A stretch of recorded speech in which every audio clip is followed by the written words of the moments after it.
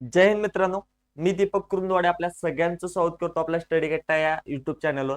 मित्रांनो, मी तुम्हाला सांगितलं होतं की एसएससी जीडीच्या एक्झामसाठी फक्त 10 दिवस राहिलेले आहेत आणि या शेवटच्या 10 दिवसात आपण एक मॅथ्स बूस्टर किंवा स्कोर बूस्टर सिरीज स्टार्ट करतोय, ज्याच्यामध्ये तुम्हाला ज्या रिसेंट एक्झाम झाले, दिल्ली पोलीस असू दे किंवा एसएससी एमटीएस असू दे, ज्या की एडुकेटीने घेतलेले आहेत, तर त्या एक्झाम्स मधून जे क्वेश्चन तुम्हाला एसएससी जीडी 2026च्या या परीक्षेत विचारले जाऊ शकतात, मोस्ट इम्पॉर्टंट आणि जास्तीत जास्त एक्सपेक्टेड आहेत, असे प्रश्न आपण या सिरीज मध्ये घेणार आहोत. आणि आज मगाशीच एका तासापूर्वी म्हणजे 7 वाजता आपल्या स्टडी कट्टा ऍपवर ही टेस्ट झाली आहे. टेस्ट मध्ये आपल्या सगळ्यांचा स्कोर तर तुम्ही बघितलाच असाल. तर तेच क्वेश्चन जे आहेत ते आपण इथं सॉल्व्ह करून घेणार आहोत. आणि हे कशासाठी? कारण असेच क्वेश्चन तुम्हाला एसएससी जीडी मध्ये सुद्धा 100% पाहायला मिळणार आहेत. ओके, तर बघा, जर अजून तुम्ही टेस्ट दिली नसाल तर टेस्ट कशी द्यायची एकदा समजून घेऊया आपण. ओके, क्वेश्चनला जाण्यापूर्वी मी टेस्ट ऍड करून घेतो. टेस्ट कशी द्यायची आहे बघा. एक मिनिट, मी इम्पोर्ट केला नाही इमेज.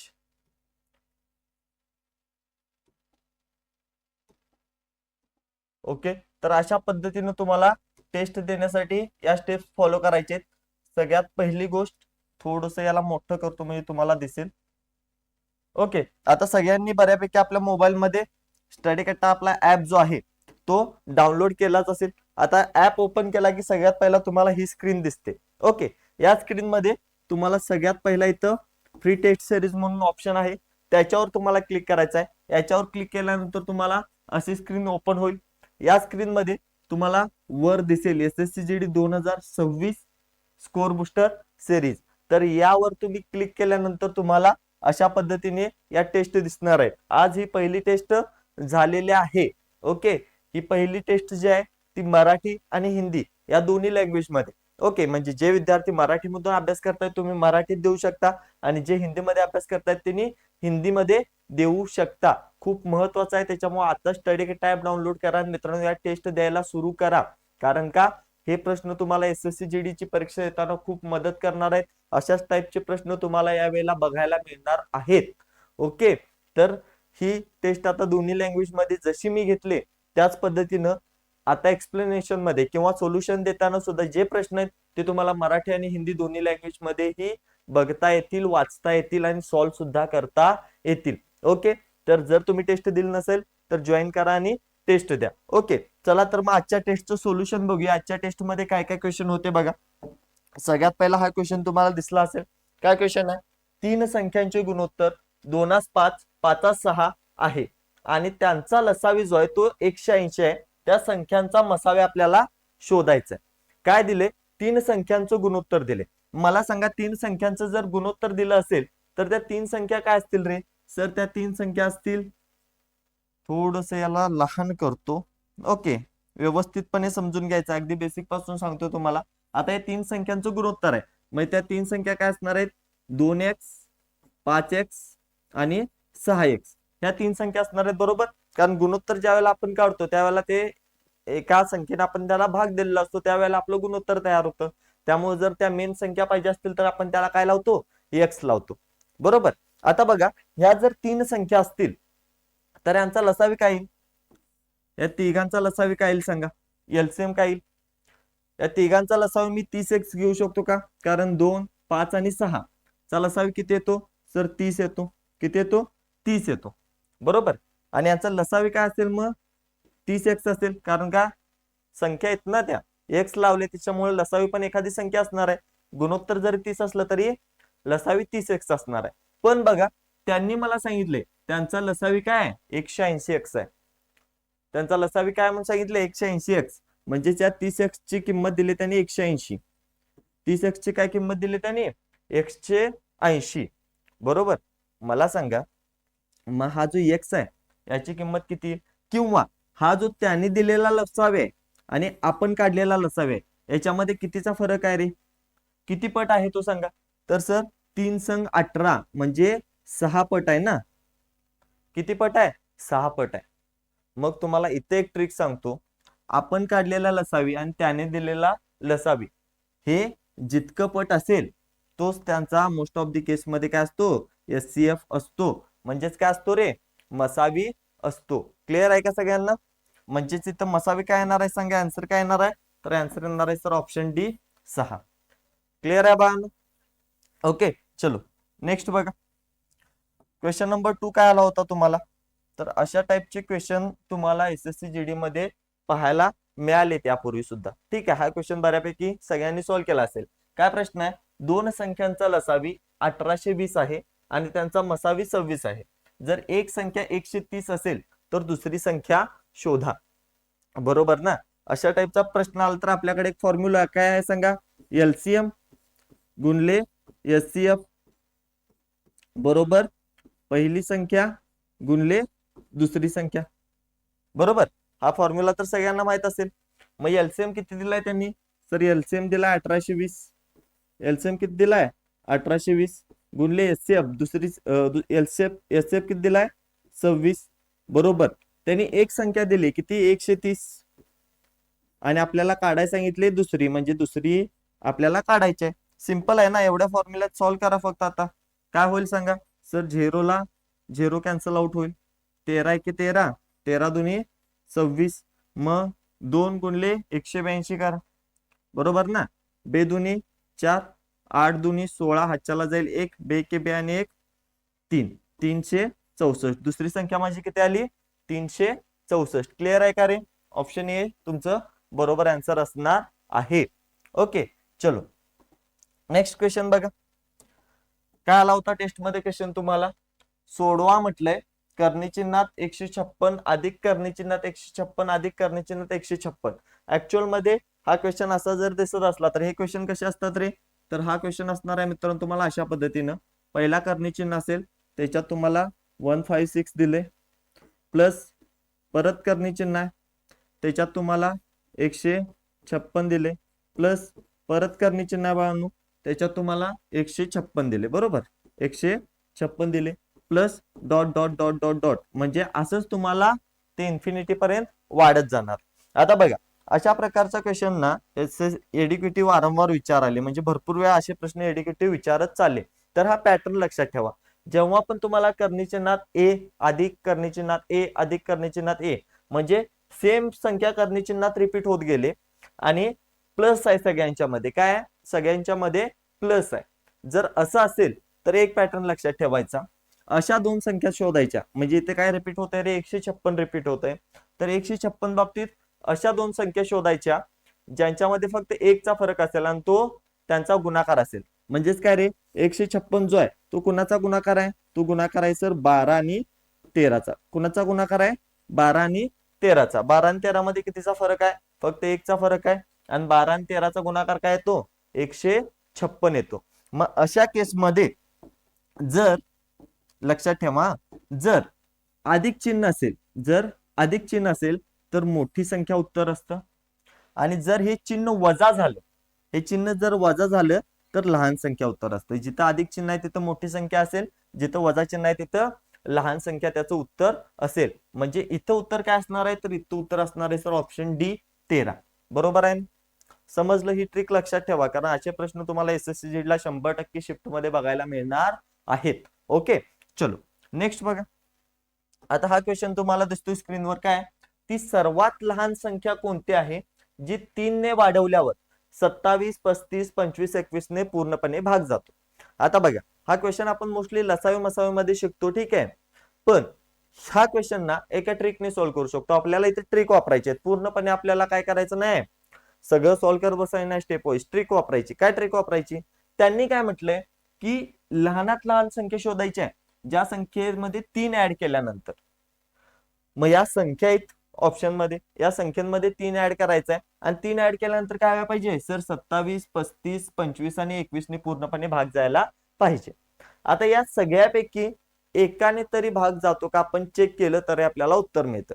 यामध्ये काय करायचं? मोस्टली 5 असणारा संख्या निवडायची. बरोबर, आता या 4 ने भाग गेला पाहिजे याचा अर्थ सर 25 ने पण भाग गेला पाहिजे. आणि 25 च काय करतो आपण सर? 5 5 25 काय घेतोय? 5 5 25, म्हणजेच काय सर 5 ने भाग गेला पाहिजे. त्या संख्येला काय झालं पाहिजे? 5 ने भाग गेला पाहिजे. म्हणजे अगदी सोपं होतं ना. आता बघा, जर 5 ने भाग द्यायचा असेल तर आपल्याला काय लागतं रे? सुटे स्थानी 0 किंवा 5 लागतं. मग या सगळ्या ऑप्शन मध्ये 3 ऍड करून बघा, जिथं 0 किंवा 5 मिळेल ते आन्सर माझं बरोबर असणार आहे. आता इथं सुटे स्थानी 2 आहे, याच्यामध्ये जर मी 3 ऍड केलं तर किती मिळेल मला सर? 5 मिळेल. इथं सुटे स्थानी 5 आहे, इथं मी जर 3 ऍड केलं तर किती मिळेल रे? 8 मिळेल. इथं सुटे स्थानी 8 आहे, इथं जर 3 ऍड केलं तर किती मिळेल? 8 अधिक 3 11 मिळेल. बरोबर, म्हणजे सुटे स्थानी मला किती मिळणार आहे? इथं 1 मिळणार आहे. इथं 9 आहे, इथं जर 3 ऍड केलं तर 9 अधिक 3 किती होतंय? 12, म्हणजे सुटे स्थानी 2 मिळेल. मला सुटे स्थानी किती पाहिजे आहे रे? मला सुटे स्थानी किती पाहिजे आहे सर? 5 पाहिजे आहे. आणि 5 मला फक्त कुठे दिसते? पहिल्या ऑप्शन मध्ये. म्हणजे सर ऑप्शन 1 माझा बरोबर असणार आहे. जर मी या 47 22 मध्ये 3 ऍड केलं तर मला या तिन्ही संख्येने त्याला भाग देता येईल. क्लिअर? आपण काय वापरलं इथं? आपण वापरली विभाजतेची कसोटी, तिथं वापरला 5 चा रूल. ठीक आहे. तसं 27च्या बाबतीत वापरा, 35च्या बाबतीत पण वापरू शकता. 7 5 35 करून 5 न भाग देऊन बघा. 7 त्रिक 21 करा. 7 त्रिक 21 झालं तर 3 न कशा कशाला भाग जातो, कशाला भाग नाही, हे तुम्ही इथं चेक करू शकताय. क्लिअर आहे बा? समजलं? तर अशा टाइपचे क्वेश्चन खूप सिंपल असतात. फक्त इथं काय थोडंसं आपल्याला या ज्या ट्रिक्स आहेत या माहित पाहिजेत. या माहित असल्या की तुम्ही इझिली आन्सर देऊ शकताय. आता हा क्वेश्चन बघा. 0.533333 या दशांशांचे भिन्नामध्ये रूपांतर केल्यास उत्तर काय येईल? ऑप्शन दिलाय मला 53/99, 52/99, 53/100. आता असा जर क्वेश्चन आला तर लक्षात ठेवा, 0 पॉइंट नंतर जर समजा अंक रिपीट होत असतील, म्हणजे इथं अंक काय रिपीट झालाय किंवा संख्या रिपीट झाल्या इथं 53 53 53 अँड सो ऑन आहे ना, कंटिन्यू ते रिपीट होत जाणार आहे. तर याचा अर्थ काय असतो? या बदल्यात आपण लिहितो 0.53, म्हणजे रिपीट काय झाले? फक्त 5 आणि 3, आणि पुढे पण 5 3 5 3 5 3 येत जाणार आहे. त्याच्यामुळे आपण त्याच्यासाठी काय लिहितो? वर बार लिहितो. आणि 0.53 चा बार याचा अर्थ काय असतो रे? सर 53 आपण आहे असं लिहितो, आणि छेदामध्ये किती अंकांवर बार आहे तितकं खाली 9 लिहितो. म्हणजे 53च्या खाली काय येईल सर? 99. माझं फायनल आन्सर जे असणार आहे ते काय असणार आहे? 53/99. ऑप्शन ए माझं बरोबर उत्तर असणार आहे. क्लिअर आहे? समजलं? ओके, चलो नेक्स्ट बघा. हा क्वेश्चन बघितला का? ओके, हा क्वेश्चन बघा. हा क्वेश्चन सुद्धा तुम्हाला आलेला आहे. काय? एक व्यक्ती बी पेक्षा 25% जास्त कमावतो. म्हणजेच काय सर? इथे ए आणि बी दोघ जण आहेत. कोण कोण आहे? ए आणि बी. ए जो आहे तो बी पेक्षा 25% जास्त कमावतो. म्हणजे बी जर 100 कमवत असेल तर ए किती कमवणार आहे सर? 125 कमवणार आहे. किती कमवणार आहे? 125 कमवणार आहे. तर ए च्या तुलनेत बी किती टक्के कमी कमवतो म्हटलंय? काय म्हटलंय? ए च्या तुलनेत बी किती टक्के कमी कमवतो? मला सांगा मग, हा जो बी आहे हा ए पेक्षा किती न कमी आहे रे सर? 25 न कमी आहे. आणि हे मला कशात सांगायचं आहे? टक्केवारीत सांगायचं आहे. मग कसं करणार सर? बी 25 रुपये कमवतो आणि सॉरी बी 100 कमवतोय, ए पेक्षा ते 25 न कमी आहे. मग 25 ची टक्केवारी मला काढायची आहे, तर 25 कुणापेक्षा कमी कमवतो? तो ए पेक्षा. म्हणजे ए किती आहे? 125, आणि पर्सेंटेज हवा आहे मला, म्हणजे गुणले इथं 100 करायचं. चला सॉल्व्ह करा बा. काय होईल सांगा? 25 एके 25, 25 पाचा 25 600, 5 एके 5, 5 2 10, 0 आहे असं. म्हणजे काय? 20% कमी याचा आन्सर येईल. किती टक्के? ऑप्शन सी 20 याचा आन्सर असणार आहे. म्हणजेच काय? बी ए पेक्षा काय करतो? 20% कमी कमवतो. हा सिंपल आहे क्वेश्चन. अशा टाइपचे क्वेश्चन तुम्ही यापूर्वीही केला असणार आहे. आता हा प्रश्न बघा. काय प्रश्न आहे? तांदळाची किंमत 30% ने वाढली, खर्च तेवढाच ठेवण्यासाठी एका कुटुंबाने आपला वापर किती टक्क्यांनी कमी केला पाहिजे? ज्यावेळेला मी प्रॅक्टिस सेट घेत होतो, ठीक आहे, PYQ चे, त्याच्यामध्ये पण असा क्वेश्चन होता प्रत्येक शिफ्ट मध्ये. आणि आपल्या दिल्ली पोलिसला सुद्धा एड्युकेटीने हा क्वेश्चन विचारलेला आहे. त्याच्यामुळे SSC GD मध्ये सुद्धा या टाइपचा क्वेश्चन पुन्हा रिपीट होण्याचे चान्सेस भरपूर आहेत. लक्षात ठेवा. आता बघा इथं काय सांगितले त्यांनी? आपल्याला जो आहे तो खर्च तेवढाच ठेवायचा आहे. मग ज्या वेळेला आपल्याला खर्च समान ठेवायचा असतो त्यावेळेला लक्षात ठेवायचं किंमतीचा रेशो जो आहे, किंमतचा जो रेशो आहे, आता इथे किंमतचा रेशो किती आहे रे सर? किंमत 30% ने वाढली म्हटले. म्हणजेच काय? जर किंमत सर पहिला 100 असेल तर आता किती आहे? 130 आहे. आता किती आहे? 130 आहे. आता मला सांगा, किमतीचा रेशो जो असेल तो ज्यावेळेला खर्च समान ठेवायचा असतो तेव्हा वापराच्या उलट असतो. म्हणजेच वापरचा जो रेशो आहे तो आता काय होणार, किमतीच्या उलट होणार. म्हणजे सर 130 वरनं 100 होणार, 130 वरनं 100 होणार. म्हणजेच काय होईल, खर्च समान राहील. मग आता विचारले काय बरं बाळांनो, आपल्याला विचारले वापर किती टक्क्यांनी कमी केला पाहिजे. सर वापर पहिला होत होता 130, आता झालाय 100. म्हणजेच किती कमी झालाय रे, किती कमी झालाय सर, 30 कमी झालाय. किती कमी झालाय, 30 कमी झालाय. आणि हेच पर्सेंटेज मध्ये काढायचं आपल्याला. कमी किती झालाय सर, कमी झालाय 30. कशावर तर सर 130 वर. कशावर 130 वर. आणि पर्सेंटेज मध्ये काढायचं आहे म्हणून गुणले 100. कॅल्क्युलेशन करा किती येईल बघा सर, 0 ला 0 कॅन्सल करा, 300 गुणले 13 होईल. बरोबर, 13 दोन्ही 26, 2 13 त्रिक 39, 23.1 समथिंग. ओके, 23 पॉईंट कुठं आहे का बघा, ऑप्शन सी माझं बरोबर उत्तर असणार आहे. अशा पद्धतीने ठीक आहे. याला मी मोस्ट आयएमपी म्हणतो, कारण तुम्हाला एसएससी जीडीला अशा टाईपचा एक क्वेश्चन फिक्स बघायला मिळणार आहे. त्याच्यामुळं हे परफेक्ट करून ठेवायचं. क्लिअर. काय, जेव्हा खर्च समान ठेवायचा असतो त्यावेळेला किमतीचं गुणोत्तर हे वापराच्या गुणोत्तराच्या उलट असतं, किंवा वापराचं गुणोत्तर हे किमतीच्या गुणोत्तराच्या उलट असतं. क्लिअर आहे. चलो नेक्स्ट बघा काय प्रश्न आहे. क्वेश्चन आहे, एका मोबाईल फोनची किंमत पहिला 12% कमी केली आणि नंतर 18% वाढवली जाते, तर एकूण निव्वळ टक्केवारीतील बदल शोधा म्हटले. आता बघा, एखाद किंमत आहे ती पहिला थोड्या टक्क्याने कमी केली, नंतर थोड्या टक्क्याने वाढवली, म्हणजे टक्केवारीत सलग बदल होत चाललाय.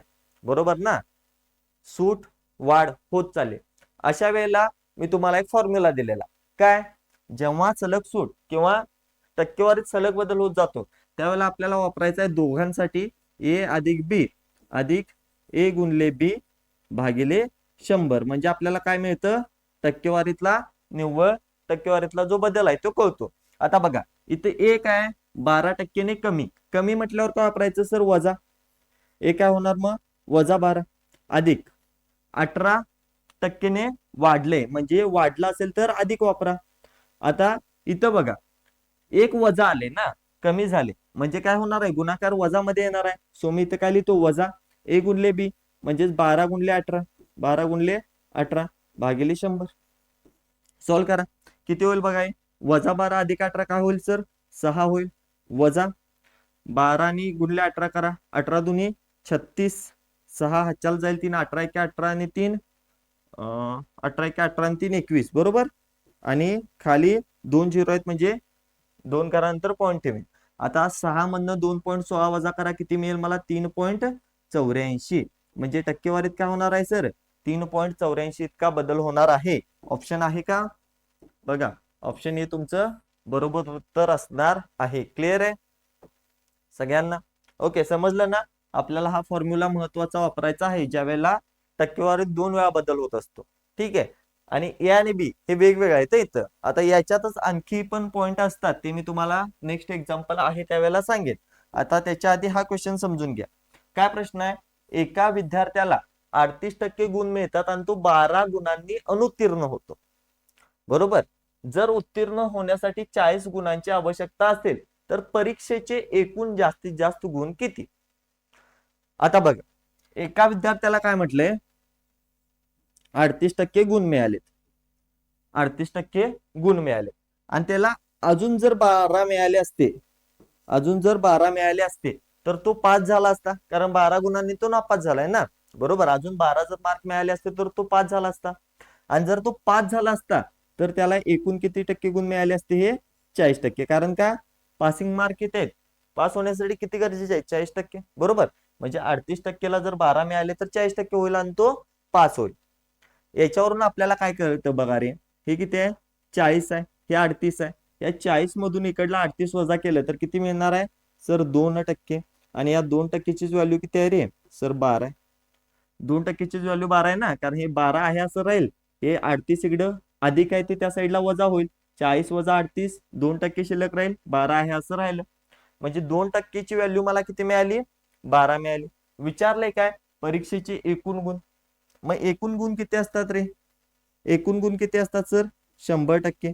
मग 100%ची व्हॅल्यू किती येईल, आता बघा 2 आणि इथं 100 आहे, किती पट झाले, हे गुणले 50 झाले ना, गुणले किती झाले 50.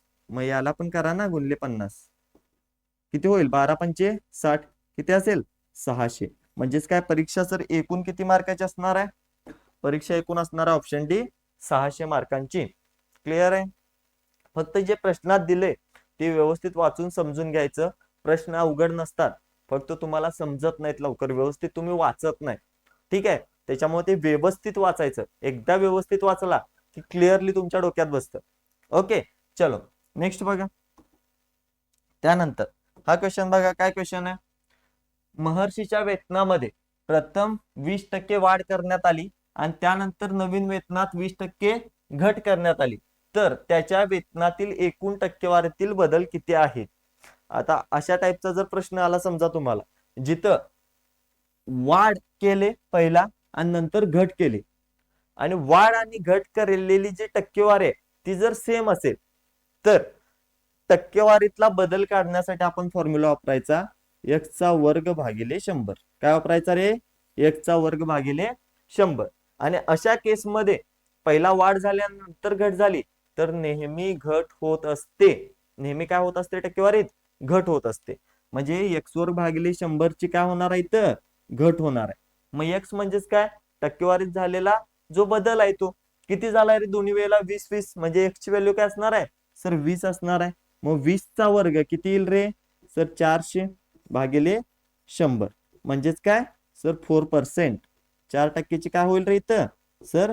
घट होईल. ऑप्शन आहे का बघा? सिंपल आहे ना. 4%ची काय होईल? घट होईल. क्लिअर झालं? ओके, चलो नेक्स्ट बघा. आता हा क्वेश्चन थोडासा व्यवस्थित लक्ष द्या. याच्यापूर्वी एसएससी जीडी ला अशा टाईपचा क्वेश्चन आलेला नाही, पण आता येऊ शकतो, कारण का एमटीएस मध्ये हा क्वेश्चन त्यांनी विचारलाय. ओके, आणि तुम्हाला हा टॉपिक एसएससी जीडी ला आहे, त्याच्यामुळं समजून घ्या, कारण हे तुम्ही शिकलेलं आहे. काय आहे बघा, एका लंब लोलकाचा, लोलक म्हणजे माहित आहे ना तुम्हाला? प्रिझम. प्रिझम माहित आहे काय? असा त्रिकोणी असतो बघा. इकडनं आपण रे पास करतो, सूर्यकिरण पास करतो, आणि काय उमटतं? इंद्रधनुष्य उमटतं. त्याला आपण काय म्हणतो? प्रिझम म्हणतो. बरोबर, त्रिकोणी आकारचा असतो. त्या प्रिझमचा पाया जो त्रिकोण असून त्याची बाजू जी आहे त्या पायाची ती 14 सेंटीमीटर, 48 सेंटीमीटर आणि 50 सेंटीमीटर आहे. प्रिझमची उंची जी आहे ती 5 सेंटीमीटर असेल तर लोलकाचे घनफळ मला काढायचं आहे. आता बघा, मला काढायचंय काय? लोलकाचे घनफळ. लोलकाचे घनफळ. आता लोलकाचं घनफळ काढण्याचा फॉर्म्युला काय रे? लोलकाचं घनफळ काढण्याचा फॉर्म्युला असतो area of base. Area of base म्हणजेच काय? त्याचा जो पाय आहे, त्याचं क्षेत्रफळ गुणले त्याची उंची, हाईट. त्याची उंची काय असणार आहे? हाईट. आता मला सांगा, एरिया ऑफ बेस म्हणजेच काय? त्याचा जो पाया आहे त्याचं क्षेत्रफळ काय असेल? तर त्याचा जो पाया आहे तो त्यांनी काय सांगितलंय? लंब लोलक आहे. ठीक आहे, आणि त्रिकोण आहे. बरोबर, त्याचा पाया काय आहे? त्रिकोण आहे. म्हणजेच काय असणार आहे? हा समकोन त्रिकोण असणार आहे. बरोबर, किंवा त्रिकोण जरी पकडला तर त्रिकोणाचे क्षेत्रफळ आपण कसं काढतो? आता इथं आपल्याला बेसचं क्षेत्रफळ पाहिजे आहे, म्हणजेच काय? त्याच्या पायाचं त्रिकोणाचं क्षेत्रफळ पाहिजे आहे. त्रिकोणाचं क्षेत्रफळ आपण कसं काढतो? फॉर्म्युला काय? 1/2 पाया गुणले उंची. बरोबर, पाया गुणले उंची. आता बघा, इथं मला 3 दिलेत व्हॅल्यू, 14, 48 आणि 50.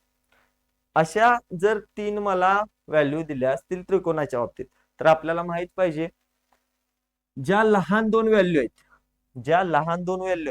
त्या पाया आणि उंची असते, आणि जी मोठी व्हॅल्यू आहे ती कर्ण असू शकते किंवा बाजू असू शकते एखादी. बरोबर, आता बघा, याच्यामध्ये 14 मी पाया आणि किंवा 14 मी उंची आणि 48 पाया घेतो. लहान 2 व्हॅल्यू घेतल्या आणि गुणले हाईट. हाईट कुणाची? लोलकाची. आता लोलकाची हाईट किती येतं? 5 सेंटीमीटर, म्हणून मी इथं गुणले 5 आहे असं लिहितो. फक्त हे सॉल्व्ह करा, तुम्हाला आन्सर मिळून जाईल. ओके, चला सॉल्युशन बघा. बे के बे, बे 7 14. ओके, काय करायला लागेल मग? 7 8 56, हातच्या जाईल 5, 7 चोक 28 अधिक 5 33, 336 गुणले 5 आहे असं इथलं. परत सॉल्व्ह करा. 5 सक 30, हातच्याला जाईल 3, 5 त्रिकम 15 आणि 3 18, हातच्याला जाईल 1, 5 त्रिकम 15 आणि 1 16. आन्सर काय रे? 1680 सेंटीमीटर वर्ग. बरोबर, सॉरी सेंटीमीटर क्यूब, कारण घनफळ आहे ते काय आपल्याला इथं विचारलेलं नाही, फक्त आपल्याला व्हॅल्यू सांगायची 1680. क्लिअर झालं? काय केलं मी इथं, area of base into height, म्हणजेच काय, पायाचं क्षेत्रफळ गुणले उंची, हे काय झालं, लोलकाचं घनफळ. बरोबर. आता लोलकाचं घनफळ काढण्याचा फॉर्म्युला झाला. आता मला एरिया ऑफ बेस, कशाचा एरिया घ्यायला पाहिजे मग, त्रिकोणाचा, कारण बेस काय आहे, त्रिकोण आहे. बरोबर ना. मग त्रिकोणाचा एरिया काढण्याचा फॉर्म्युला काय, त्रिकोणाचे क्षेत्रफळ 1/2 पाया गुणली उंची. मग जर 3 व्हॅल्यू आहेत, त्यातल्या लहान 2 व्हॅल्यू ज्या असतात त्या पायाने उंची असते, लक्षात घ्यायचं. ठीक आहे. पाया 48 घेतला, उंची 14 घेतली आणि गुणले उंची, इथं एच जी आहे ती कुणाची आहे, लोलकाची आहे. लोलकाची उंची त्यांनी दिलेली आहे 5 सेंटीमीटर, तर ते 5 ठेवलं, डायरेक्टली तुम्हाला आन्सर मिळून जाईल. क्लिअर आहे? हे पण इम्पॉर्टंट आहे. अशा पद्धतीचा क्वेश्चन यावेळेला तुम्हाला बघायला मिळू शकतो एसएससी जीडी. ओके, चलो नेक्स्ट बघा, क्वेश्चन नंबर 15 डाटा इंटरप्रिटेशन वर. आता या वेळेला बघा, तुम्हाला एक गोष्ट सांगतो की एसएससी ला डाटा इंटरप्रिटेशन वर जास्त क्वेश्चन येत नव्हते एसएससी मध्ये, पण एसएससी एमटीएस ला एड्युकेटीने असं डाटा इंटरप्रिटेशनचे क्वेश्चन भरपूर दिलेले आहेत. त्याच्यामुळे एसएससी जीडी मध्ये असे क्वेश्चन 100% येणार. 100% शिफ्टला क्वेश्चन असे विचारले जाणार. त्याच्यामुळे क्वेश्चन समजून घ्या. काय म्हटलंय, खाली दिलेला वर्तुळ तक्ता पाय चार्ट एका वर्गातील 5 विभागांमध्ये शिकणाऱ्या विद्यार्थ्यांची संख्या दर्शवतो. माहिती डिग्री मध्ये दिली आहे. सेक्शन सी आणि डी मध्ये शिकणाऱ्या विद्यार्थ्यांची एकूण संख्या 400 आहे म्हटले. त्यांनी काय म्हटलंय, सेक्शन जो आहे, थोडासा कलर चेंज करूया, सेक्शन सी जो आहे आणि डी जो आहे, या दोघांमध्ये शिकणाऱ्या एकूण विद्यार्थ्यांची संख्या जी आहे ती काय, 400. म्हणजेच काय, सेक्शन सी मध्ये किती आहे तरी सर, 108 डिग्री, 108 डिग्री अधिक सेक्शन डी मध्ये सर 12 डिग्री. आणि या दोघांच्या बेरजेनं, या दोघांमध्ये मिळून एकूण किती विद्यार्थी शिकतायत रे, तर सर 400 विद्यार्थी शिकतायत. बरोबर. म्हणजेच किती होईल सांगा, 108 अधिक 12 सर 120, किती होईल, 120 डिग्रीची व्हॅल्यू किती आहे सर, 400. बरोबर. 120 डिग्रीची व्हॅल्यू किती आहे, 400. म्हणजेच किती करू शकतोय मी सर, 12 डिग्रीची व्हॅल्यू, 12 डिग्रीची व्हॅल्यू किती असणार आहे, 40 डिग्री किंवा 40 असणार आहे, कारण का 0 ला 0 कॅन्सल होईल ना. 12 डिग्रीची व्हॅल्यू किती आली माझी, 40. आता मला पाहिजे कशाची, मला पाहिजे कशाची विचारले त्यांनी, काय, सेक्शन ए आणि सी मध्ये शिकणाऱ्या विद्यार्थ्यांच्या संख्येतील फरक. आता मला सांगा, सेक्शन सी मध्ये किती जण शिकतायत रे. ओके, आता मला विचारलाय सी आणि ए मधला फरक. बरोबर. सेक्शन सी मध्ये सर 108 विद्यार्थी आहेत. ओके, सेक्शन सी मध्ये किती आहेत, 108 डिग्री विद्यार्थी आहेत. आणि सेक्शन ए मध्ये किती आहेत रे, तर 72 डिग्री आहेत. या दोघांमध्ये फरक कितीचा आहे रे, 72 आणि हे 108, किती येईल फरक, 36 डिग्रीचा. बरोबर. मग मला 36 डिग्रीची व्हॅल्यू काढायची आता. बरोबर. हा फरकच काढायचा आहे ना, 36 डिग्रीची व्हॅल्यू काढायची आहे. मला 12 डिग्रीची 40 माहित आहे, तर 36 डिग्रीची किती येईल सांगा, 36 डिग्री इज इक्वल टू किती. आता बघा, 12 2 24, 12 3 36 इंटू 3 झाले ना, म्हटल्यावर इकडं पण काय होणार, गुणले 3 होणार, 4 त्रिकम 12, 120 उत्तर असणार आहे माझं. सेक्शन सी आणि ए मध्ये शिकणाऱ्या विद्यार्थ्यांच्यातला जो फरक असणार आहे तो कितीचा असणार आहे सर, 120 चा. ऑप्शन ए माझं बरोबर उत्तर असणार आहे. क्लिअर आहे. पाय चार्टच आहे. आता बघा, शिकवताना थोडीशी स्पीड मी वाढवालोय, कारण का, तुम्हाला या स्पीडची सवय व्हायला पाहिजे. तुम्ही पेपरमध्ये या स्पीडनं सॉल्व्ह केला पाहिजे, या शॉर्ट ट्रिक्स वापरला पाहिजे. आजपर्यंत आपण शिकत आलो ना सगळं, बेसिक बेसिक बेसिक कन्सेप्ट सगळ्या शिकल्या, पण आता वेळ कशाची आहे, अंतिम प्रहारची आहे, फायनल फाईट. आपल्याला दी एंड गेम खेळायचा आता. बरोबर ना. त्याच्यामुळं अगदी शॉर्ट ट्रिक ना आपल्याला सगळे क्वेश्चन हँडल करायचे आहेत, आणि म्हणून मी तुम्हाला शॉर्ट ट्रिक्स पण भरपूर वेळा शिकवताना आधीमध्ये सांगत असतोय. त्या शॉर्ट ट्रिक्सचा वापर आपल्याला योग्य ठिकाणी करायलाच लागतो, तरच तुम्ही व्यवस्थित वेळ पेपर कव्हर करू शकताय. क्लिअर आहे. चलो, आता नेक्स्ट बघा, क्वेश्चन नंबर कितवा आहे हा, क्वेश्चन नंबर 14 असेल. बरोबर. ओके, क्वेश्चन नंबर 14 आहे काय, कितवा आहे बघा. काय क्वेश्चन आहे, एम आणि एन यांनी अनुक्रमे 28,000 आणि 32,000 रुपये भांडवल गुंतवून एक व्यवसाय सुरू केला. 4 महिन्यानंतर एम ने 8,000 रुपये काढून घेतले आणि एन ने 8,000 रुपये जादा गुंतवले. जर वर्षाच्या शेवटी एकूण नफा 54,000 रुपये झाला असेल तर एनचा हिस्सा किती. बघा, भागीदारीतला क्वेश्चन आहे. भागीदारी जर तुम्ही अभ्यास केला असेल तर क्वेश्चन तुम्हाला नक्की सॉल्व्ह होईल. आता असा जर प्रश्न आला पार्टनरशिपवर, तर सगळ्यात पहिलं काम काय करायचं, सिंपल सांगतो. जर व्हॅल्यू सगळ्या दिसत असेल तर आपल्याला कॅन्सल आउट काय करता येते काय बघायचं. सगळ्यामध्ये 3 झिरो कॉमन दिसतोय, मग 3 झिरो सगळ्यातले मी काय करतो, सगळ्यात पहिला कॅन्सल करतो. ओके, 3 झिरो काय केले मी सगळ्यातले कॅन्सल केले. आता बघा, जो एम आहे, जो एम आहे तो काय करतोय रे, एम जो आहे तो काय करतोय सर, 28,000 रुपये पहिला गुंतवतोय. म्हणजेच किती सर, 28 गुंतवतोय. ओके, किती महिन्यासाठी सर, 4 महिन्यासाठी. किती महिन्यासाठी, 4 महिन्यासाठी, बरोबर. आणि 4 महिन्यानं काय केलंय त्यानं, 4 महिन्यानं त्यानं 8,000 रुपये काढून घेतले. 4 महिन्यासाठी 28 रुपये गुंतवले. 4 महिन्यानंतर त्यानं 8,000 रुपये काढले, म्हणजे 8 रुपये काढले कशातले, 28चे. तर राहिले किती त्याचे, फक्त 20 रुपये. आता हे राहिलेले 20 रुपये किती महिन्यासाठी राहणार आहेत गुंतवून, पुढे किती महिन्यासाठी गुंतवून राहणार आहेत, तर 4 महिने तर इथं झाले. एका वर्षानंतरचा आपल्याला फायदा दिलाय, म्हणजे टोटल 1 वर्ष व्हायला पाहिजे. इथं सर 4 महिन्यात, म्हणजे एका वर्षातले 4 महिने गेले, राहिले किती सर, फक्त 8 महिने. हे झालं एम ची गुंतवणूक, बरोबर. सेम एन किती गुंतवतोय बघा, एन किती गुंतवतोय सर, सुरुवातीला त्यानं 32 रुपये गुंतवलाय. तो पण किती महिन्यानंतर गुंतवणूक परत वाढवणार आहे, तर 4 महिन्यानंतर, म्हणजे 32 रुपये 4 महिन्यासाठी आहेत. अधिक त्याने काय केले, 8 रुपये जादा गुंतवले 4 महिन्यानंतर. म्हणजे पहिला 32 होते, आता त्यानं त्या 32 मध्ये 8 ऍड केलं, म्हणजे 40 झाले. आणि हे 40 पण पुढच्या मग 8 महिन्यासाठी असणार आहे. क्लिअर झाले इथपर्यंत. आता बघा, टोटल किती येईल सांगा यांची. सगळ्यात पहिला काय करतो मी, मला या पूर्ण व्हॅल्यूज मध्ये याच्यात याच्यात याच्यात याच्यात 4 कॉमन दिसते, त्याच्यामुळे मी सगळ्याला काय करतो, 4 न भाग देतो. बघा, इथं 4 एके 4, इथं 4 एके 4, इथं 4 दोन्ही 8, इथं 4 दोन्ही 8. आता परत बघा, परत सगळीकडे 4 न भाग जातो असं मला दिसाले. तर इथं 4 सत्ते 28, 4 आठोम 32, 4 पंचे 20 आणि 4 दहा 40, बरोबर. आता शिल्लक किती राहिलं, हे 7 अधिक 5 दुनी 10, 7 अधिक 10 किती झालं, 17. इथं बघा, 8 अधिक 10 दुनी 20, 20 अधिक 8 किती होईल रे सर, 28. म्हणजेच काय, जो फायदा आहे त्यातल्या 17 वाटण्या या एम ला मिळायला पाहिजेत आणि 28 वाटण्या या एन ला मिळायला पाहिजेत.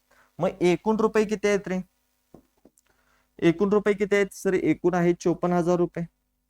एकूण आहेत 54,000 रुपये.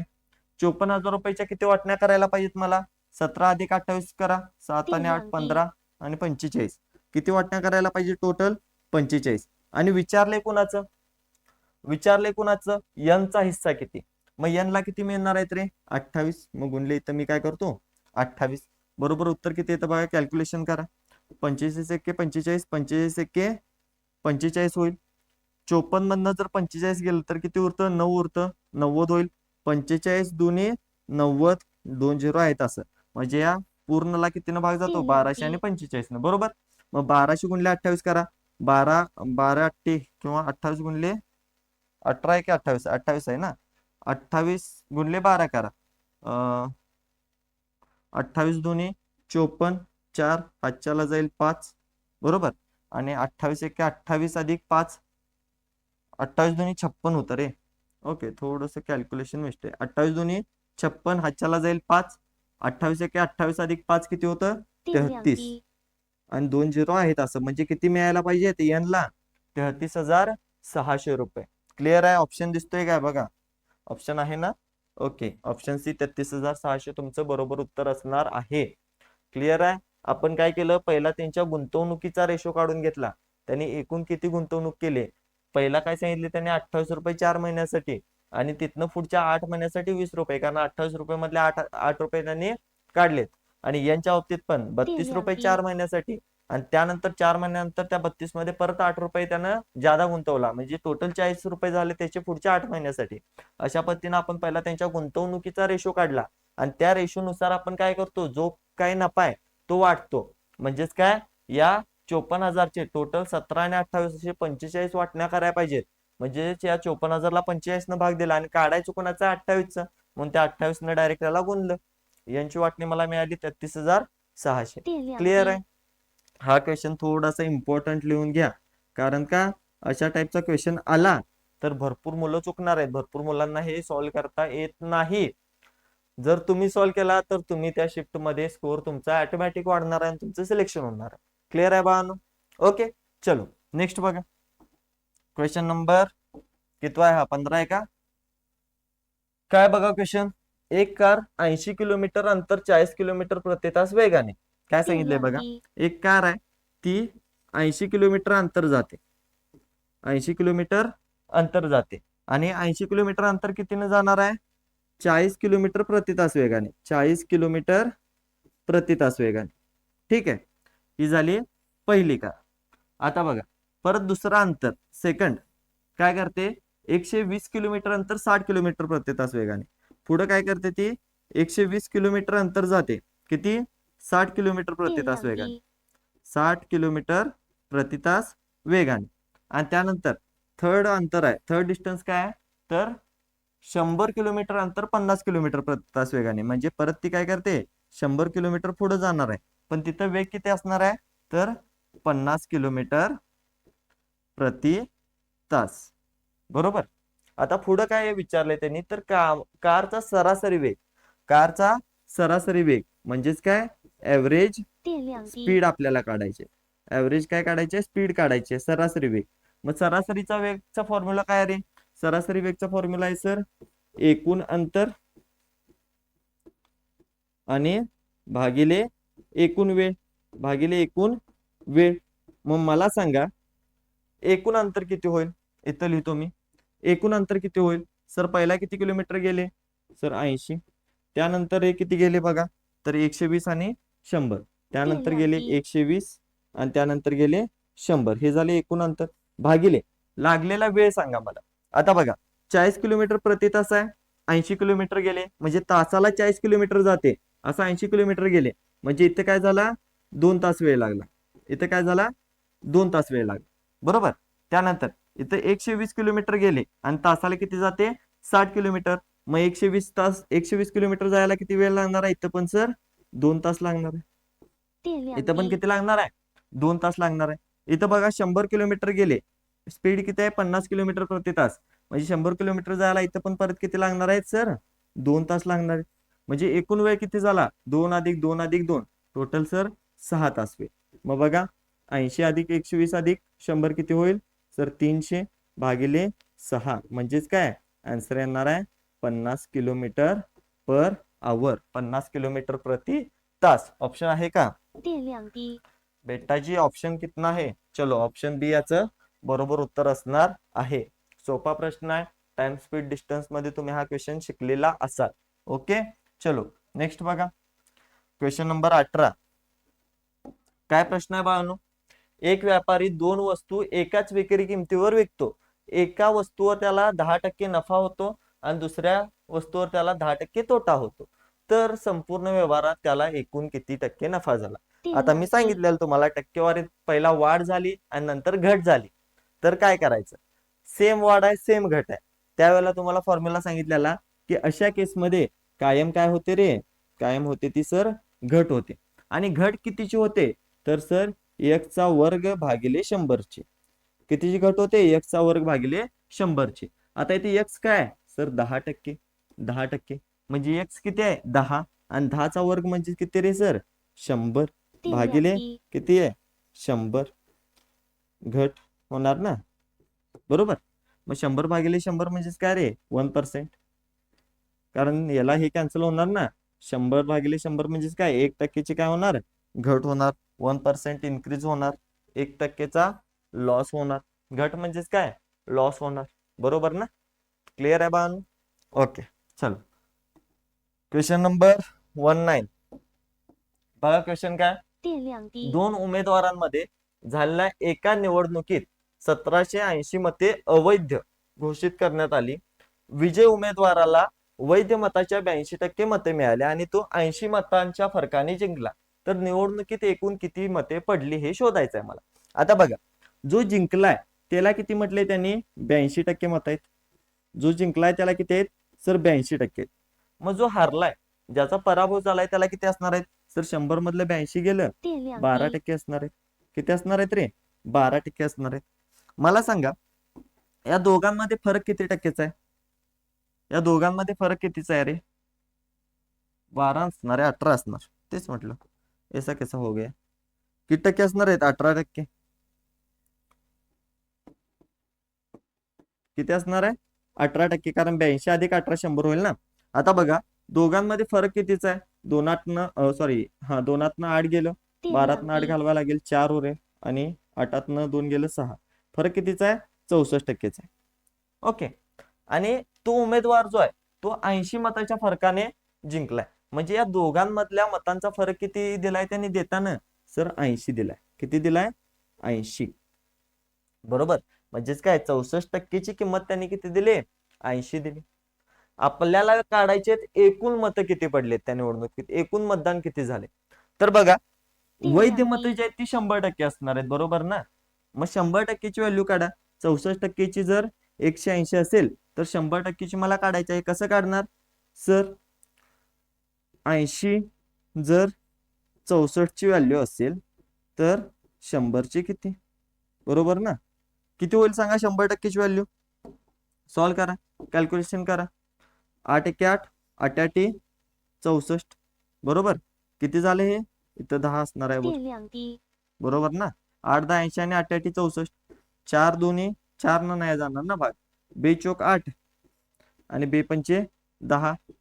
4 1 4, 4 2 8, 4 5 25, 25 गुणला 5, 25 5 25, 600. म्हणजे एकूण जी वैध मत आहेत, जी व्हॅलिड मत आहेत, ती किती झाली? 125.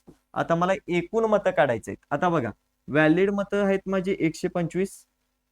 ठीक आहे. 125 पैकी याला 82% मिळाली, याला 18% मिळाली. जी इनव्हॅलिड आहे ती किती आहेत? 1780. ती पण मतं आपल्याला एकूण मतांमध्ये येणार ना. या दोघांमध्ये नाही येणार, कारण इनव्हॅलिड आहेत ती काउंटच करायची नाहीत आपल्याला. पण एकूण मतामध्ये करायला पाहिजेत ना. व्हॅलिड 125 आहेत जी वैध आहेत, आणि अवैध किती आहेत? तर 1780. तर या दोघांची काय करणार मी? बेरीज. तर 5 8 अधिक 2 10 9 आणि 1 किती येणार मग टोटल मतदान? सर 1905. ऑप्शन आहे का? ऑप्शन नंबर डी माझं उत्तर बरोबर असणार आहे. क्लिअर आहे सगळ्यांना? इलेक्शन वरचा क्वेश्चन आहे, विचारला जातो एसएससी ला, लक्षात ठेवा. चलो नंतरचा क्वेश्चन बघा. काय क्वेश्चन आहे? एक 200 मीटर लांब रेल्वे प्लॅटफॉर्मवर उभे असलेल्या एका व्यक्तीला 10 सेकंदात पार करते आणि विरुद्ध दिशेने येणाऱ्या तेवढ्याच लांबीच्या दूरच्या रेल्वेला 8 सेकंदात पार करते. तर दुसऱ्या रेल्वेचा वेग किती? आता बघा इथं 2 रेल्वे आहेत, एक ए आहे आणि एक बी रेल्वे. ठीक आहे, फक्त लक्षात घ्या. आता काय सांगितलंय की 200 मीटर जी लांब रेल्वे आहे ती उभा असलेल्या एका व्यक्तीला 10 सेकंदात पार करते म्हटले. काय करते? 10 सेकंदात पार करते. मग वेग किती असेल सांगा तिचा मला? वेग ऑफ ए. मग वेग किंवा स्पीडचा फॉर्म्युला काय? अंतर भागिले वेग. काय फॉर्म्युला आहे रे? अंतर भागिले वेळ, बरोबर ना. मला सांगा आता अंतर किती असणार आहे? जेव्हा एक रेल्वे एका व्यक्तीला किंवा खांबाला पार करत असते त्यावेळेला त्या रेल्वेची जी लांबी असते तेच अंतर असतं, बरोबर ना. मग इथं अंतर किती असणार आहे? रेल्वेची लांबी सर 200 आहे, म्हणजे अंतर पण 200 असणार आहे. भागिले किती वेळात पार केले? सर 10 सेकंदात, म्हणजे भागिले 10. बरोबर किती मिळेल मला? 10 ला 1 0 कट होईल, 20 मीटर पर सेकंद, बरोबर. म्हणजे मला ए चा वेग किती मिळाला? 20 मीटर पर सेकंद. मला काढायचा आहे कुणाचा? बी चा वेग, दुसऱ्या रेल्वेचा. आता दुसऱ्या रेल्वेचा वेग काढायला त्यांनी काय दिले? ती जी रेल्वे आहे ती विरुद्ध दिशेने येणाऱ्या रेल्वेच्या तेवढ्याच लांबीच्या रेल्वेच्या काय करते? दुसऱ्या रेल्वेला 8 सेकंदात पार करते. काय करते? 8 सेकंदात पार करते. मग बघा अशा ठिकाणी मला बी चा वेग काढायला मी काय घेऊ शकतोय? तर वेळचा फॉर्म्युला वापरू शकतोय. तर वेळ बरोबर काय असतं? किंवा हाच फॉर्म्युला वापरूया, वेळचा फॉर्म्युला वापरूया. वेळ बरोबर काय असणार आहे सांगा? अंतर भागिले वेग. अंतर भागिले वेग, व्यवस्थित समजून घ्या, हा क्वेश्चन महत्वाचा आहे. अंतर भागिले वेग. आता मला सांगा अंतर किती होईल? सगळ्यात पहिला हे 200 मीटर तर अंतर झालं, कारण ती स्वतःला पार कराली. त्यानंतर दुसरी जी रेल्वे आली तिची पण लांबी सेमच आहे, म्हणजे अशा केसमध्ये एकूण अंतर किती होईल? एक तर इकडून जातेली रेल्वे आणि दुसरी या साईडने येतेली रेल्वे, म्हणजे या दोन्ही रेल्वेचं अंतर, इकडली ही रेल्वे 200 मीटर, परत ही रेल्वे 200 मीटर, असे एकूण किती सर अंतर होईल 400 मीटर. भागिले आता वेग, त्या एकमेकांच्या विरुद्ध दिशेने जेव्हा येत असतात तेव्हा दोन्ही रेल्वेचा वेग ऍड होतो, प्लस होतो. म्हणजे इथे एकूण वेग किती असणार आहे सर, पहिल्या रेल्वेचा काढलाय आपण 20, अधिक दुसऱ्या रेल्वेचा आपल्याला काढायचा आहे बी, बरोबर. आणि हे बरोबर किती असेल सांगा, बरोबर किती असेल रे सर, बरोबर असेल वेळ 8 सेकंद. कारण का लागलेला वेळ किती आहे त्यांना सर, 8 सेकंदात पार करते. आता याच्यावरूनच बी ची व्हॅल्यू काढा. काय करू शकतोय सांगा मी, 8 एके 8, 8 पंचे 40, 0 आहे असं, बरोबर. म्हणजे मला काय मिळालं बघा इथं, थोडक्यात लक्ष द्या. मला इथं काय मिळालं, मला इथं मिळालं सर 50/20 अधिक बी बरोबर 1, कारण का या 8 ला भाग गेलाय ना. मग मला सांगा या 50/20 अधिक बी मध्ये बी ची किंमत मी किती ठेवू जेणेकरून मला 1 मिळेल. तर बी च्या ठिकाणी मला सर वर 50 आहे म्हणजे खाली पण टोटल 50 यायला पाहिजे. इथं 20 आहे, अधिक किती वेळा पाहिजे 30 वेळा पाहिजे. म्हणजेच काय मला इथं मिळायला पाहिजे सर, बी बरोबर वेग ऑफ बी म्हणजे दुसऱ्या रेल्वेचा वेग किती मिळायला पाहिजे मला, 30 मीटर पर सेकंद मिळायला पाहिजे. किती मिळायला पाहिजे, 30 मीटर पर सेकंद. जर हे 30 घेतलं तर हे 20, 30 अधिक 20 50 होईल, 50 ला 50 कॅन्सल होईल आणि बरोबर 1 येईल. म्हणजे बी चा वेग माझा 30 मीटर पर सेकंद आला. ऑप्शन आहे का, तर ऑप्शन मध्ये जर बघितला तर 90, 36, 108 आणि 120 आहे. सर आपलं 30 आले, हे वेगवेगळं आहे असं कसं. तर बघा बाळांनो, आपण काढलेलं मीटर पर सेकंद मध्ये आणि दिले काय किलोमीटर प्रति तास मध्ये. मला सांगा मीटर पर सेकंदचं किलोमीटर प्रति तास मध्ये जर कन्वर्ट करायचं असेल तर या 30 ला किती न गुणाय पाहिजे सर, 18/5 न गुणायचं. मीटर प्रति सेकंदचं जर किलोमीटर प्रति तास मध्ये करायचं असेल तर आलेल्या उत्तराला 18/5 न गुणायचं. मग 18/5 न गुणा काय होईल बघा, 5 एके 5, 5 सक 30, 18 गुणले 6, 18 सक 108 किलोमीटर पर आवर. म्हणजे माझं उत्तर काय असणार आहे, 108 किलोमीटर पर आवर हा दुसऱ्या रेल्वेचा वेग असणार आहे. क्लिअर आहे, समजलं. तर अशा पद्धतीने क्वेश्चन हा अवघड नाही, फक्त ही जी कन्सेप्ट आहे ही कन्सेप्ट तुम्हाला क्लिअर पाहिजे तरच तुम्ही याचा आन्सर देऊ शकताय, नाहीतर मग तुम्ही फसणार. चला हा क्वेश्चन बघा. काय क्वेश्चन आहे, 252, 841 आणि 927 यांच्या गुणाकाराच्या एकक स्थानी आलेला अंक किती असेल. युनिट डिजिट काढायचा आहे. युनिट डिजिट काढताना आपण काय करतो रे, बे के बे, बे साती 14, युनिट डिजिट किती आला 4, म्हणजे माझं उत्तर काय असणार आहे ऑप्शन बी 4. क्लिअर. फक्त सुटे स्थानकाच्या अंकांचा गुणाकार करतो, त्यांचा गुणाकार येऊन जे सुटे स्थानी अंक येईल ते माझं उत्तर असतं. क्लिअर आहे. चलो नेक्स्ट. एकदम सोपा प्रश्न होता बघा हा, या शिफ्ट मध्ये आलेला. ठीक आहे. आता हा बघा, 5 संख्यांची सरासरी 38 आहे. जर त्यापैकी एक संख्या काढून टाकली तर उरलेल्या संख्यांची सरासरी 30 होते. तर काढून टाकलेली संख्या कोणती. सिंपल लक्षात घ्या, मी डायरेक्टली न सॉल्व्ह करता याचं उत्तर देऊ शकतो. याचं उत्तर येणार आहे 70. पण तुम्ही लक्षात घ्या, आता बघा 5 संख्यांची सरासरी 38 आहे. याचा अर्थ काय रे, त्या 5च्या 5ची संख्या काय असणार आहेत 38, 38, 38, 38 आणि 38 असणार आहेत, बरोबर. म्हणजे त्या सेम असणार आहेत. सरासरी म्हणजेच काय, त्या संख्या सेम होतील त्या लेवलला. म्हणजे 5 संख्या काय असणार आहेत 38. त्यातली समजा एक संख्या ही 38 काय झाली बाहेर आली, एक संख्या काय केली 38 काढून टाकली. ही 38 काढल्यामुळं राहिलेल्या ज्या 4 संख्या आहेत त्यांची सरासरी काय झाली, राहिलेल्या 4 संख्या त्यांची सरासरी झाली 30, 30, 30, 30. किती 30, 30, 30, 30, बरोबर. मग आता ही 30, 30, 30, 30 झाली, म्हणजे अजून एक किती कमी झाल्या, यातला 8 गेले, यातला 8 गेले, यातला 8 गेले, यातला 8 गेले. 8 पंचे टोटल सर, 8 पंचे नाही 8 चोक 32, म्हणजे अजून यातलं 32 कमी झालं. एकूण किती कमी झालं 70 कमी झालं, बरोबर. म्हणजे 38 तर गेलंच, परत चौघांमधलं 8 8 गेलं, म्हणजे ते 32 कमी झालं. म्हणजे जी संख्या काढून टाकली ती संख्या किती असणार आहे रे, 70 असणार आहे. समजलं. ऑप्शन तुमचं 70 उत्तर बरोबर असणार. हे झालं आमच्या डोक्याला. आता तुम्ही जर बेसिक करणार असाल तर बेसिक तुम्ही कसं करताय रे, हे खोडतो मी. तुम्ही बेसिक कसं करताय सर, सगळ्यात पहिला मी काय करणार, आता त्यांनी सांगितले 5 संख्यांची सरासरी 38 आहे, म्हणजे त्यांची बेरीज कसं येणार, 38 गुणले 5 करणार. ठीक आहे, 38 गुणले 5 करणार तुम्ही. मग सर 5 48 हातच्याला जाईल 4, 5 त्रिकम 15 आणि 4 19, 190 झालं. ठीक आहे, आता राहिलेल्या 4 संख्या ज्या आहेत त्यांची सरासरी किती आहे रे, त्यांची सरासरी सर 30 आहे. मग तुम्ही काय करणार, 30 गुणले 4 करणार. सर 3 चौक 12, 120 आलं. हे किती झालं, 120. मग यांची करणार वजाबाकी सर, राहिलं किती, 70. आणि ही 70च काय असणार आहे, ती काढून टाकलेली संख्या. अशा पद्धतीने पण करू शकताय तुम्ही. ठीक आहे, इथं गुणाकार करत बसायला लागतो, तिथं मला जास्त काय करायला लागलं नाही. सर 38 होती, पहिला 38 एक बाजूला केली, जितकं कमी झाले 8 चौक 32, 38 अधिक 32 70. तोंडी डायरेक्ट उत्तर काढू शकतो किंवा या पद्धतीने सुद्धा तुम्ही करू शकता. क्लिअर आहे. चलो नेक्स्ट बघ, लास्ट क्वेश्चन आजच्या या टेस्टचा. काय क्वेश्चन, दूध आणि पाण्याच्या एका द्रावणामध्ये 60% दूध आहे, या द्रावणाच्या 40 लिटर मध्ये किती लिटर शुद्ध दूध मिसळावे लागेल जेणेकरून दुधाचे प्रमाण 75% होईल. प्रश्न महत्वाचा आहे, लक्षात घ्या, प्रश्न महत्वाचा आहे.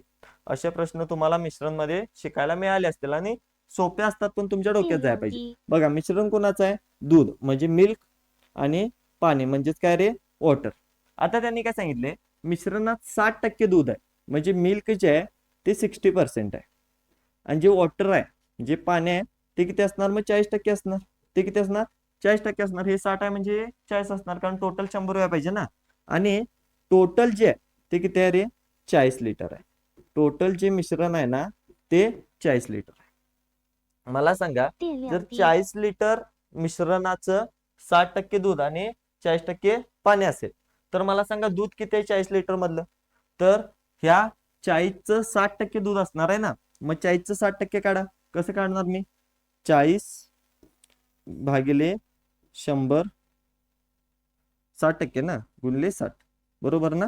म्हणजे 0 ला 0 कॅन्सल होईल, 0 ला 0, 24. अशा पद्धतीने काढतोय ना आपण, अशा पद्धतीनेच काढतोय ना. म्हणजेच काय झालं, या 40चं 60% म्हणजेच काय सर, 24 लिटर जे आहे ते काय असणार आहे, दूध असणार आहे. आणि राहिलेलं 4 चोक 16 लिटर, किती, 16 लिटर काय असणार आहे रे, पाणी असणार आहे. आता त्यांनी काय सांगितलंय, या द्रावणात किती लिटर दूध मिसळायचं आहे, मला किती लिटर दूध मिसळायचं आहे जेणेकरून जो माझा रेशो होणार आहे, जो माझा रेशो होणार आहे तो दुधाचा 75% होईल. आणि दुधाचा 75 झाला म्हणजे इकडला पाण्याचा काय व्हायला पाहिजे सर, 25% व्हायला पाहिजे. मला सांगा, त्यांनी काय म्हटलंय, किती लिटर दूध मिसळायचं आहे, म्हणजे इथे ऍड करताना फक्त मिल्कच ऍड करायचं आहे. फक्त काय करायचं आहे, मिल्कच ऍड करायचं आहे, यमच ऍड करायचं आहे. मग मी काय करतो, तयार होणार जे इथं आहे ते एक्स तयार होईल, म्हणजे 24 मध्ये काय तर ऍड होईल ते इथं येईल. पण मला सांगा, त्यांनी दूध ऍड करायला सांगितले का रे, नाही. दूध सॉरी, त्यांनी पाणी ऍड करायला सांगितलंय का, नाही. पाणी आहे तेवढं राहणार आहे, म्हणजे पाणी पहिल्या मिश्रणात 16 होतं, आता पण किती राहणार आहे, 16 लिटर, बरोबर ना. पाणी आहे तेवढं राहिलं, दूध ऍड केल्यामुळे दुधाचे इथं वाढणार आहे व्हॅल्यू, बरोबर. आता बघा, जे हे खाली दुसरं मिश्रण तयार झाले, हे होतं माझं पहिलं मिश्रण, आणि हे खाली तयार झाले दुसरं मिश्रण. हे जे दुसरं मिश्रण माझं तयार झाले, याच्यामध्ये दूध जे आहे एक्स जे, ओके, तर थोडस तुम्हाला डिनोट करून दाखवतो. हे एक्स जे ते एक्स किती असणार आहे, 75%, जे की दूध आहे. आणि जे पाणी आहे ते किती आहे रे सर, 16, जे की 25% आहे. मग मला इथं काढायचं काय, एक्स काढायचं आहे ना. 25%ची व्हॅल्यू तर 16 आहे तसे, तर 75%ची व्हॅल्यू आपण काढू शकतो. सिंपल आहे, कसं काढणार सर, 25%, 16 ही कशाची व्हॅल्यू आहे, 25%ची, काढायच्या कशाला मला, 75%ची, म्हणजे मला काय मिळेल, एक्स ची व्हॅल्यू मिळेल. का होईल, 25 एके 25, 25 त्रिक 75, 16 त्रिक किती येईल सर, 48 येईल. 16 त्रिक किती येईल, 48 लिटर.